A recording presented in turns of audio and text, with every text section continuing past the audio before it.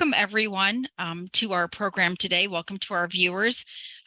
We are hosting the very first time a conversation about possible Connecticut topics related to the annual National History Day theme. My name is Rebecca Tabor. I am the coordinator for Connecticut History Day. And so each year we really try to encourage students to explore some topics to be found in our state that relate to the annual National History Day theme. For 2023, the theme is Frontiers in History, People, Places, Ideas. Now, I'm not going to reinvent the wheel. National History Day has some great resources, including videos about this year's topic, a theme narrative, and the theme book, and they're located at www.nhd.org/frontiers-history. So I encourage you to explore those resources. A couple of things really stuck in my mind as I was looking at the theme videos, which is people as pioneers. People can be crossing borders, but they can also be pioneers in society, in arts, in technology. So there are a lot of ways to think of people as pioneers. And with a frontier, that means there's usually a beginning and an after, and something has changed. So that's something as you're working on your selecting a topic, you want to make sure that you can show that something has changed. We really want to encourage students to explore a Connecticut topic. Our state has rich stories that reflect larger national and international stories. And one of the great things about doing a Connecticut topic is we're a small state. You can drive across the state in 2 hours. And so a lot of great things are close at hand. The other thing I would like to just mention is that our guests today are going to be sharing some great ideas, and they really reflect the support for Connecticut History Day throughout the state, that historians and scholars are always happy to talk to students. And today I'm really excited to be joined by our three guests. Tammy Denise is the outreach coordinator of the Connecticut Freedom Trail and also a very gifted and talented living history performer with her Hidden Women company. And if you ever have a chance to see Tammy perform, you need to not walk but run to see her do that. And happy to have her with us today. Greg Mengen is the director of ConnecticutHistory.org, which is a program of Connecticut Humanities. And oftentimes I will encourage students, if you are interested in a Connecticut topic, a great first stopping place is ConnecticutHistory.org. It has a brief synopsis about the topic you're looking at, but also gives you other places to go to. And it's a fabulous resource we're really lucky to have. And last but not least is Dr. Kathy Hermes, who is a professor emeritus of history from Central Connecticut State University, but her current job is as the publisher of Connecticut Explored, the magazine of Connecticut history. So we're really excited. Welcome to all three of you. We're glad to have you with us today. And just to start with, before our chat, I shared with you the theme sheet for Frontiers in History. When you hear the word frontiers, what kinds of things are conjured up in your mind? I'll start in that I think, right, we'll hit on, I think some of the most popular images or readily available images to people's minds are going to be the western frontier of early America after European colonization, or maybe for some it's outer space, right? The final frontier as it is. But I think sometimes frontiers are just about pushing boundaries, whether they be ideological or social or scientific. I think it can really be about just entering new and unfamiliar territory, whatever that means to the individual. I think Greg summed it up very well. Yeah, the first thing that always comes to mind for me are like the paintings by Frederick Remington of, cowboys and Indians, which is partly the result of my age, I think, when I grew up on those types of movies. And of course, that frontier was a violent frontier that had a lot of terrible consequences in many ways. And frontier history in that sense is not always uplifting, right? I mean, I think they're conflicting stories, because we have the stories of pioneers that we see as adventuresome and innovative, but frontiers, as change happens, frontiers displace people and frontiers change people, and that change is not always in a positive direction for everyone who's involved. Intellectually, I agree. The idea of the conceptual frontier is also, I think, something that we need to explore. To go along with Kathy, for me, when talking about frontier, as she brought out, sometimes it's not always good for some people. And so in certain circumstances, you have frontiers who forge ahead to make the best of whatever situation that they're in. And that's why when talking about history, I try to make sure that all stories are included, whether it's good, bad, or indifferent. And also along with telling those good, bad, or indifferent stories, to try to highlight the resiliency or the determination of those who are going to be in the frontier form, if you will, that their examples was something positive to follow. Even though it was a difficult circumstance, they made the best of it. And so therefore you have a frontier person or frontier situation that sort of like the coal turned into the diamond, if you will. You can see the good as well as the indifferent or the bad, but there's always something positive that comes out of being that frontier. Well, you know, Tammy, you bring up something really important, which is the fact that in doing a History Day project, and I know most of you have judged who are on this call, it's really important to bring up the different stories. And so like the word frontier, even from when I was a kid, has really changed in that there's a greater awareness of looking at the different people involved. So while the Europeans were viewing, European settlers were viewing things as, oh, it's virgin land, there's nothing here. There were native peoples who had lived here for thousands of years who were displaced and just suffered terrible consequences because of Europeans moving in. So both of you really bring up an important point about thinking about different viewpoints. And in a History Day project, it's not always going to be 50-50, that I'm going to talk about this group of people and I'm going to talk about that group of people, but it is important to show those different viewpoints and to have different voices in doing good research.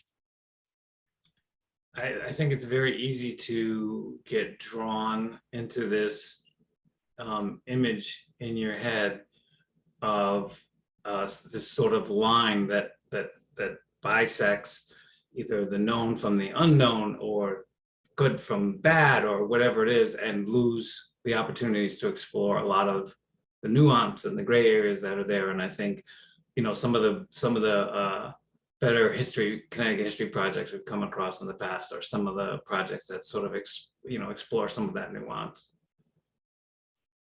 Yeah, I think you're really right. And now I know the three of you have a ton of experience, know a lot of different Connecticut stories. As you were looking at the materials about frontiers in history, if you were working with students and were trying to encourage them to explore some Connecticut topics that relate to this year's theme, what kind of recommendations would you have for them? What kind of stories come to mind as, oh, this would be a great one to explore? Well, I'll start by touching on when I had mentioned outer space. It sort of made me think of Connecticut's history with aviation.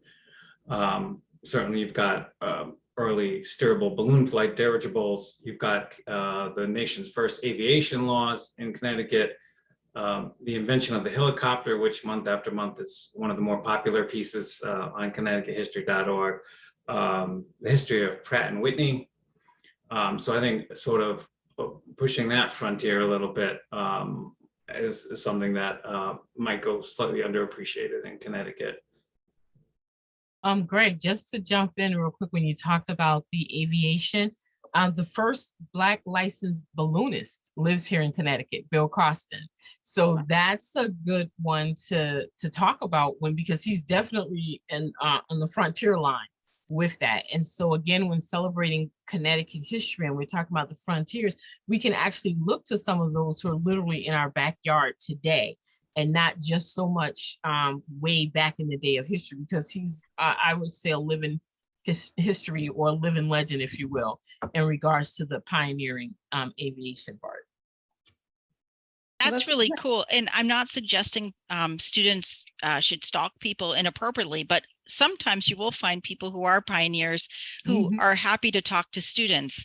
The late Congressman John Lewis was one of those folks who spoke to many History Day students. And so there are ways you can reach out to those pioneers and do an oral interview with them, which is really exciting with the more modern topics. So all of my experiences in the 17th and 18th centuries, that's the kind of history I've been writing for decades now. And but I think one of the things I would encourage students to do is to face in a different direction, to borrow from Daniel Richter.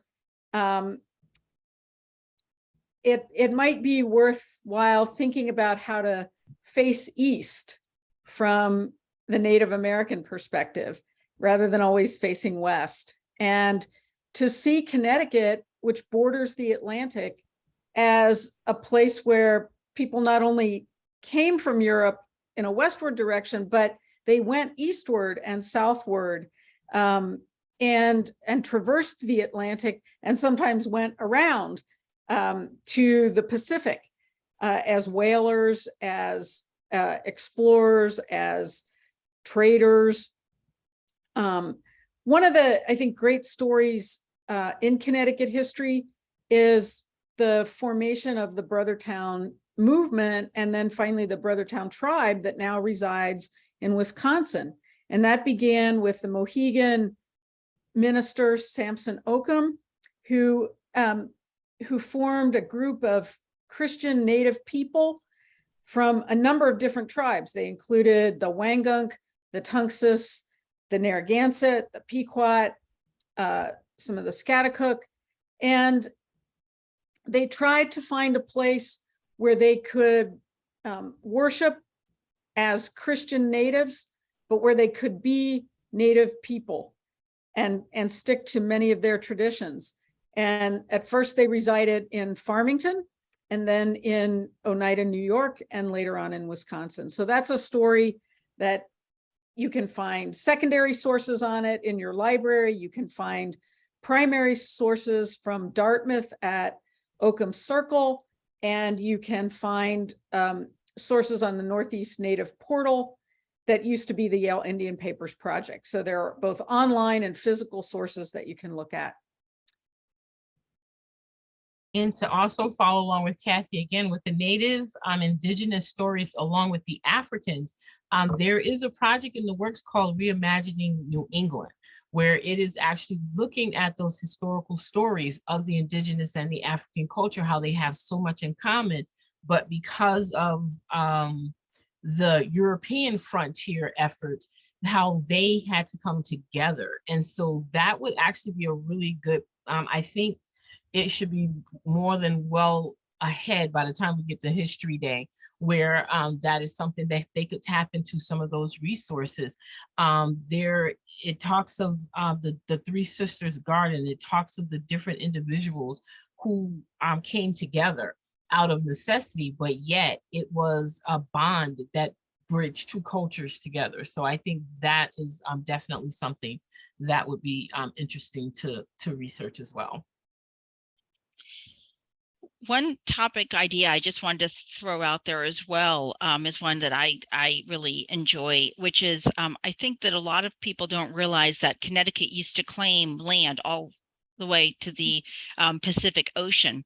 And there are, I think, a myriad of stories that relate to Connecticut and the Western Reserve that could be really interesting to explore. I mean, if you go to Western Pennsylvania, Western New York or to Ohio, you'll see towns that look like little Connecticut towns. Yeah. And that was really because land was kind of at a premium and people had to move out of Connecticut to find enough farming land. And so I think that is, and there are a lot of different ways to approach that story that I think would be really interesting to explore as well.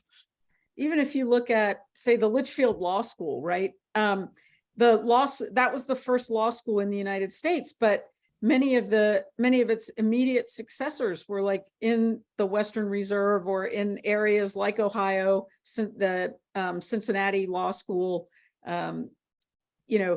places like that, taking ideas and being on that frontier and creating new institutions in the West.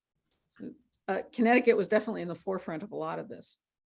And I agree. I think, again, on that topic, there's a number of ways to approach it. I know obviously folks in our area are going to know, right, have heard of New York and New Hampshire and New Jersey, but did they know, right, that there was once this place that was once referred to as New Connecticut, that Connecticut settlers actually, had physical battles with settlers of other colonies over land and these nondescript boundaries.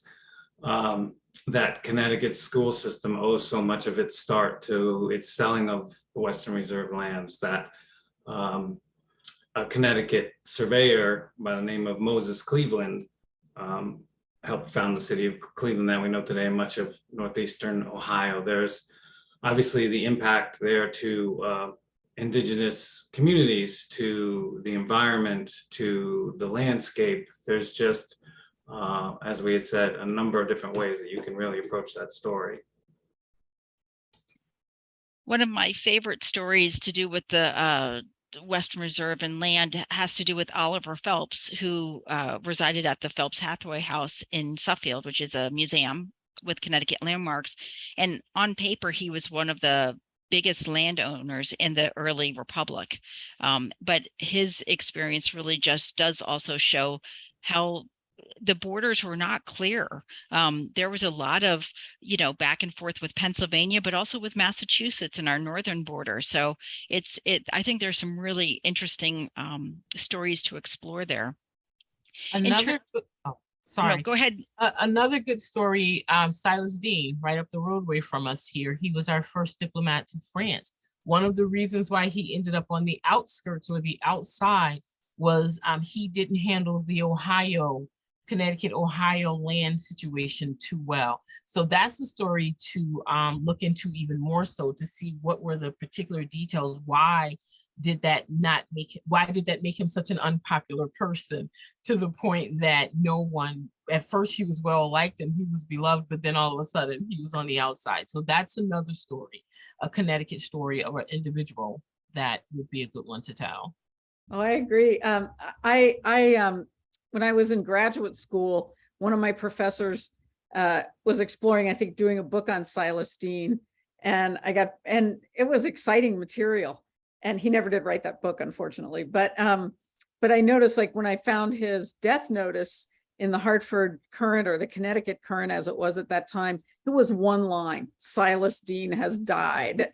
It's just, there was a man who fell from grace. Yeah, fell all the way. But at one point, he was sort of like the golden child, if you will, for a brief moment. Because he got Lafayette to come help Washington. He was our first diplomat to France, and he was at one point, he was like the naval, I think he's like oh goodness, for the Navy Academy or whatever at that time. He was the head of that, and so he had many prestigious titles, but that was a hard fall from grace. So I just really think that would be a really good story to really truly explore.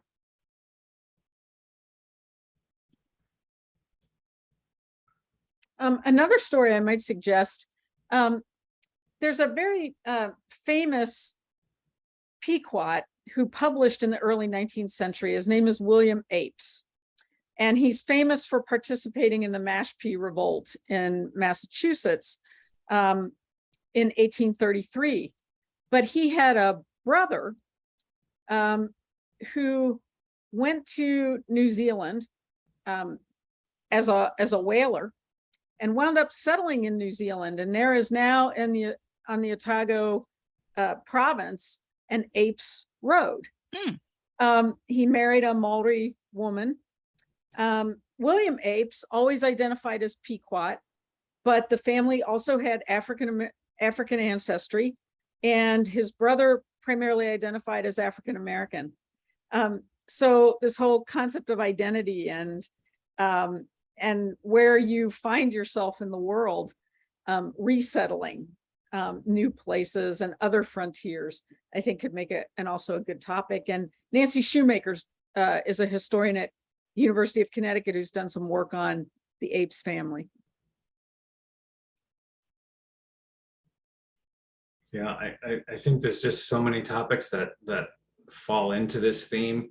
I think we could be here for hours. I certainly think about if you're talking about getting into new and unfamiliar territory or pushing boundaries. I think a little bit about education stories, Prudence Crandall, the American School for the Deaf, the mission schools, the Chinese Foreign Mission.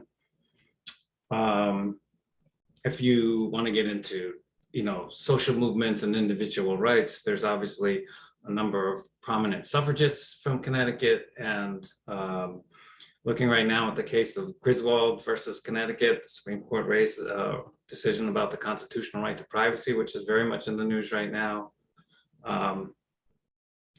It goes on and on. You could get into government, right, and new forms of government and fundamental orders, and yeah.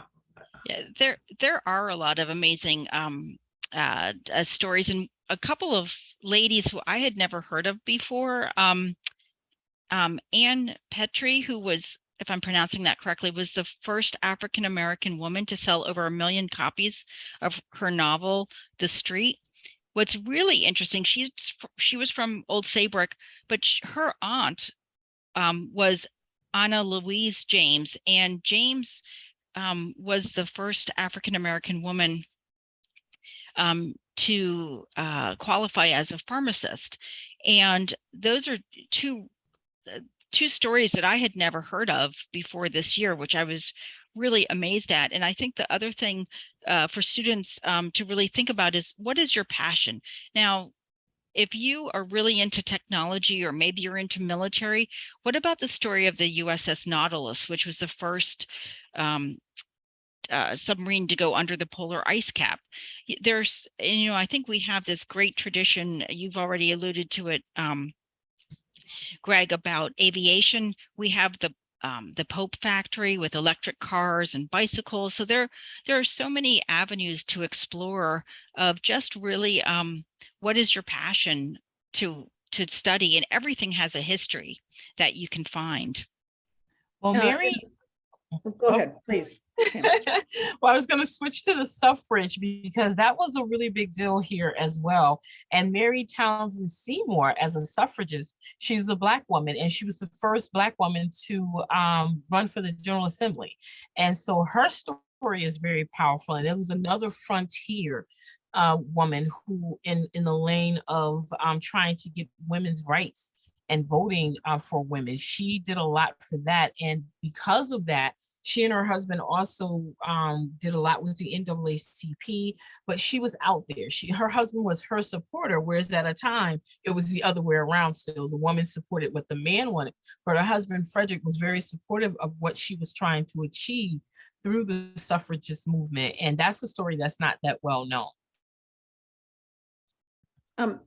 The next issue of Connecticut Explored, the fall issue of Connecticut Explored, is about 20 game changers, people we call game changers, but they, of course, surmounted a number of obstacles. They were innovative.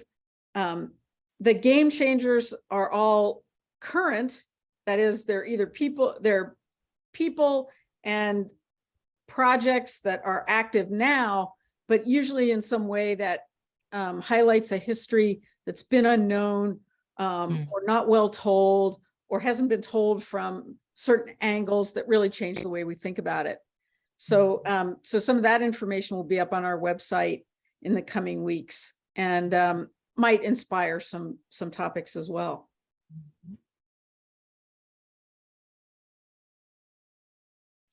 I think another suggestion I would have, since this is often in the news, but I had never heard of Canon Clinton Jones, who was a clergyman here in Connecticut and was really a pioneer in the LGBTQ plus community, who did a lot with Christ Church Cathedral.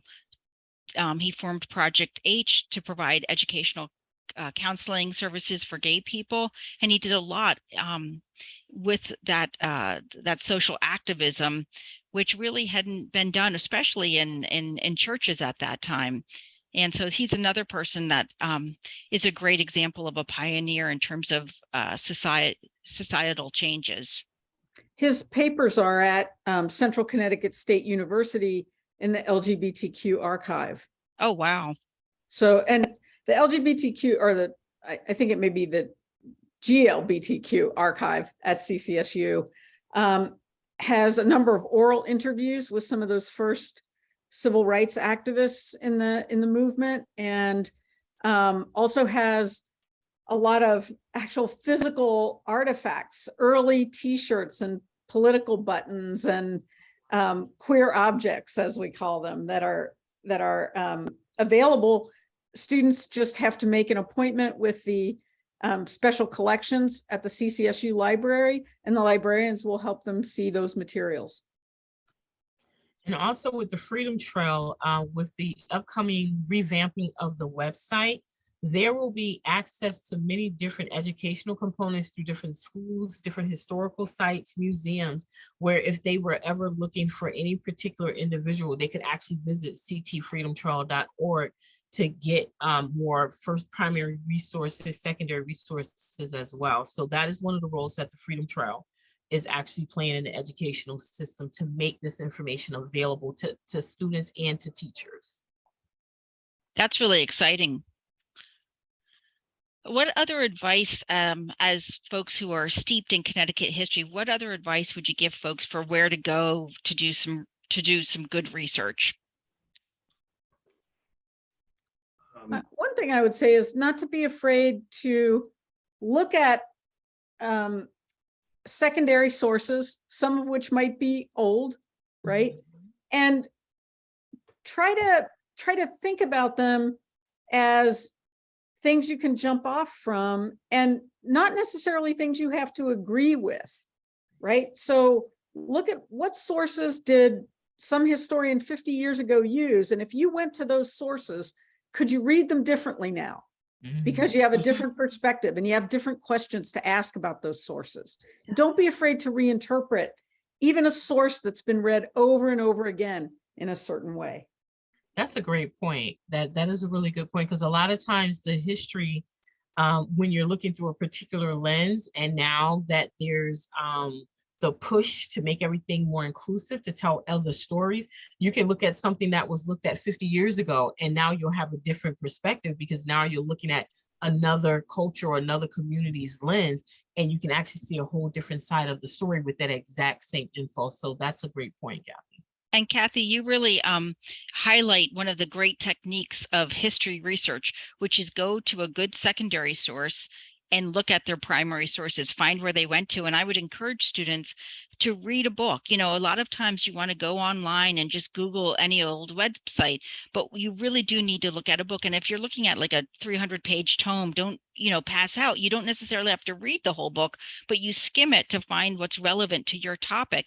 And then you can go and look at what the primary sources are. And all of us as history researchers do that. It's kind of what you do. Yeah. Another good source would be church records is a good place. A lot of times people don't realize that in the beginning, they were the historian keepers or the history keepers. So if you can go to some of the churches, a lot of places, town halls, when records were moved from one place to another, and your historical societies will have a lot of that information as well. So those are just a few places that you can actually start. And another gem, a really good jewel would be the Connecticut State Library. that's another place that I have found lots of good information.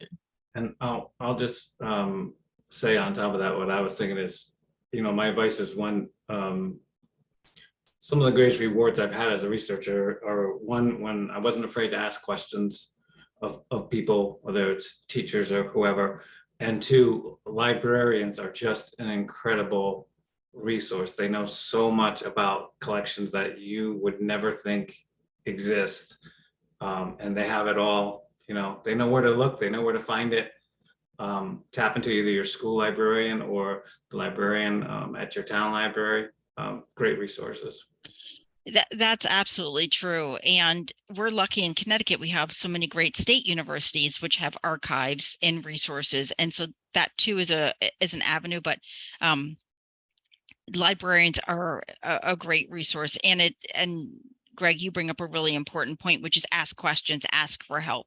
Because the other thing I will say is we have some really great statewide organizations like the state library that you mentioned, like Connecticut Historical Society, but go to your local historical society in your town, because we might not know, we can't put every pioneer or every frontier in our list, because it would be way too long to look at, but you can find those pioneers in your own backyard.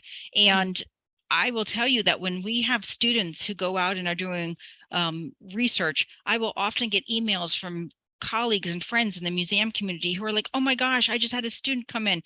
I think of a documentary I saw years ago that a student went to the Middletown Historical Society and did research on the Beeman family, who were activists, African-American activists in the Middletown area, and got great help from the historian there. So there are a lot of wonderful resources that you shouldn't be afraid to reach out to and to ask for help. With that being said, you can also do your museums as well, because there are museums who will house certain information that you might not find anywhere else, any other place either. And I like to bring up the museum aspect of it, because you do have have groups of people who don't utilize museums because they feel like they don't belong.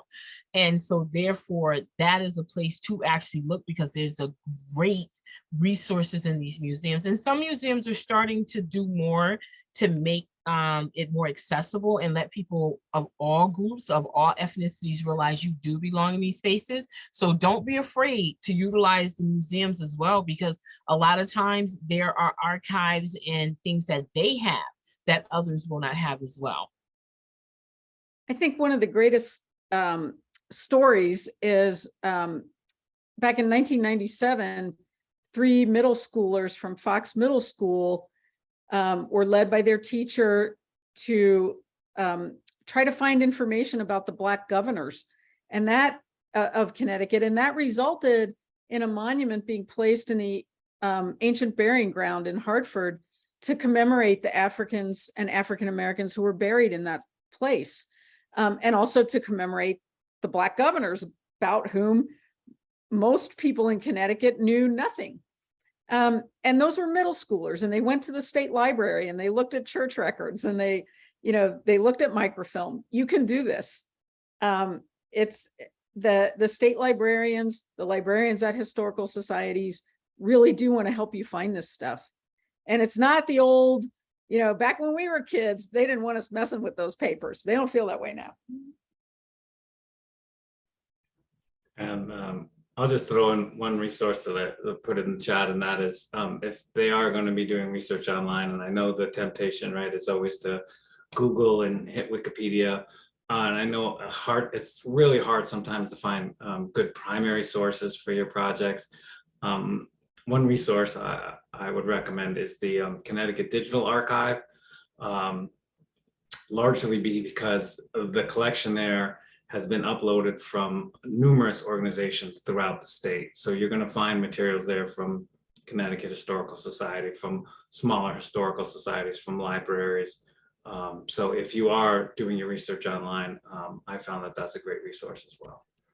And I'm glad you mentioned that, because you can do some really great research online. And for instance, with the state library, they're part of a national program to digitize newspapers. So you can find a lot of great resources that way as well. And things like the Library of Congress might have Connecticut material as well. And we will have all of this information. We'll post links on the website so that it makes it a little bit easier to access as well.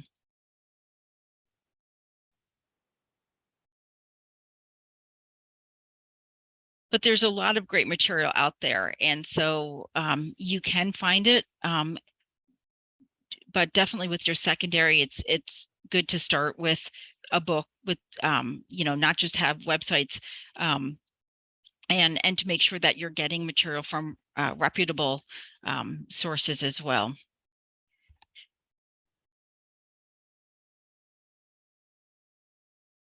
So perhaps one last question to ask of our panelists today.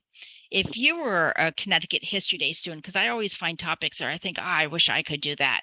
If you were a student about to go into this coming school year, what would you do as your History Day topic?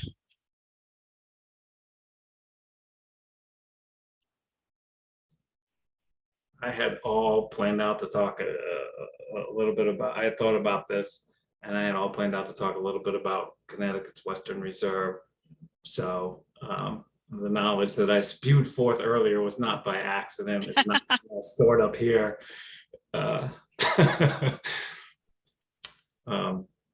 So I'll defer to Kathy and Tammy on that a little bit, and maybe I can come up with something by the end. For me, because of my work on the Freedom Trail, there has been so many stories, so many things. So I think if I was to do it, I would probably do it on the 26th Colored Regiment Infantry volunteer in the Old North Cemetery, because right now there is a need for that cemetery to have attention, to be brought up to the standard that it needs to be as a National Historic Landmark. And I think I would want to talk about the men who volunteered, who were the reason that Robert E. Lee surrendered, because of their efforts and what they did. And there's 26 of the volunteer soldiers buried in the Old North Cemetery. So I think I would probably want to go that route. I think that's the route I would go. Oh, those are great topics. Mm-hmm. I think I would do the Mohegan land case between 1705 and 1773. And I think of that as a frontier case. Again, it's this idea of facing east, right? So the Mohegan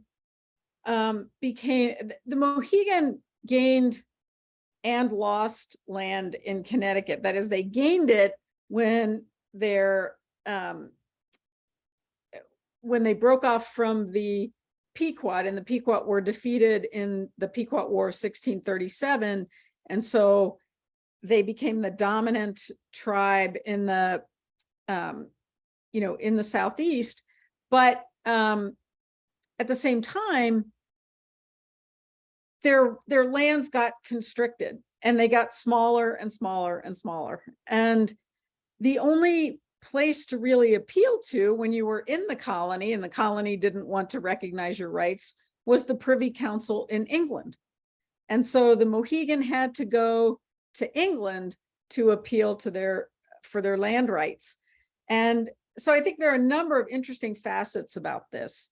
The case went on for decades. You could pick any one part of it, or you could try to explore the whole thing.